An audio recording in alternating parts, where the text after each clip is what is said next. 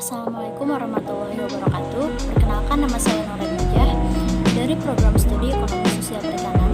Di sini saya akan presentasi tentang analisis finansial perikanan tangkap. Di sini saya mengambil 3 jurnal. Jurnal pertama, analisis finansial perikanan tangkap di Teluk Ambon Luar sebagai upaya pengelolaan perikanan berkelanjutan. Jurnal kedua, analisis finansial usaha penangkapan ikan dalam model perbaikan kesejahteraan nelayan di Kabupaten Rokan Hilir, Provinsi Riau. Jurnal ketiga, analisis finansial usaha perikanan tangkap yang layak didukung pendanaannya oleh lembaga keuangan di Kabupaten Indramayu. Sektor perikanan merupakan sektor yang penting dan strategis dalam mendukung pembangunan nasional. Salah satunya yaitu perikanan tangkap. Perikanan tangkap memiliki peran penting dan strategis di Indonesia. Dapat dilihat dari 3 peran, yaitu sumber pertumbuhan ekonomi, sumber pangan khususnya protein hewani, dan penyediaan lapangan kerja. Perikanan tangkap di Indonesia bukan hanya dapat memberikan manfaat secara ekonomi, namun juga ditinjau dari aspek sosial, kelembagaan, dan terpenting ekologi. Lebih lanjut, dikatakan bahwa tujuan pembangunan berkelanjutan pada sektor perikanan tangkap secara ekonomis mampu menghasilkan produk ikan yang berkelanjutan serta meningkatkan kesejahteraan pelaku usaha perikanan, dalam hal ini nelayan, serta memberikan sumbangan devisa bagi negara.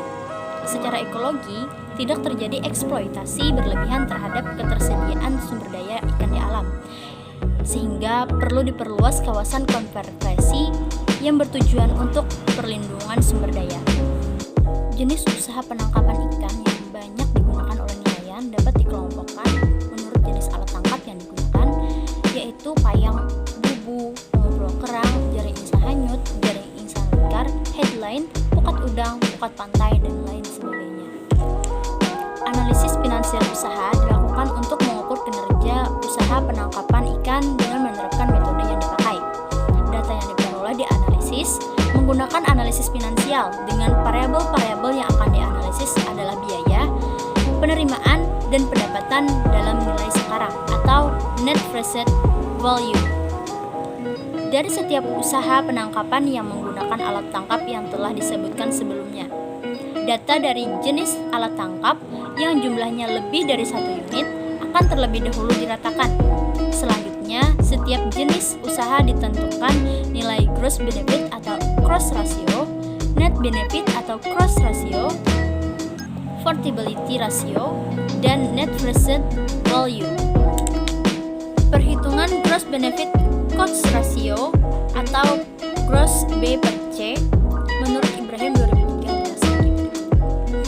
Dengan rumus gross per B sama dengan sigma NT sama dengan 0, present value plus per sigma NT sama dengan present value minus. Perhitungan net benefit cost ratio atau net B per C menurut Ibrahim dengan rumus net B per C sama dengan sigma NT sama dengan 0, benefit total pada tahun ke waktu dikurang biaya total pada tahun ke waktu per 1 ditambah tingkat bunga yang berlaku dikalikan waktu per sigma NT sama dengan 0, benefit total pada tahun ke waktu dikurang biaya total pada tahun ke waktu per 1 dikurang tingkat bunga yang berlaku dikalikan waktu. Profitability dihitung dengan menggunakan rumus PR sama dengan PV net benefit per PV investasi. Perhitungan net present value atau NPV menggunakan rumus NPV sama dengan sigma NT sama dengan 0, net benefit tingkat suku bunga yang berlaku. Menurut Qadariyah, untuk menentukan usaha yang menguntungkan, maka digunakan kriteria sebagai berikut. Yang pertama, bila B per C rasio kurang dari 1, berarti suatu proyek usaha tidak menguntungkan. Yang kedua, bila B per C rasio lebih dari 1, berarti suatu proyek atau usaha menguntungkan. Yang ketiga, profitability rasio lebih dari 1, berarti suatu proyek usaha menguntungkan. Yang keempat, NPV lebih dari 0, berarti suatu proyek atau usaha sudah bisa dibilang menguntungkan. Saya akan menjelaskan kesimpulan yang dapat diambil di antara jenis usaha yang diteliti pada beberapa jurnal yang saya pilih. Banyak di antaranya secara finansial memiliki kelayakan usaha dan menguntungkan. Karena sektor perikanan merupakan sektor yang strategis dalam mendukung pembangunan nasional, akan baiknya lebih dikembangkan pembangunan berkelanjutan pada sektor perikanan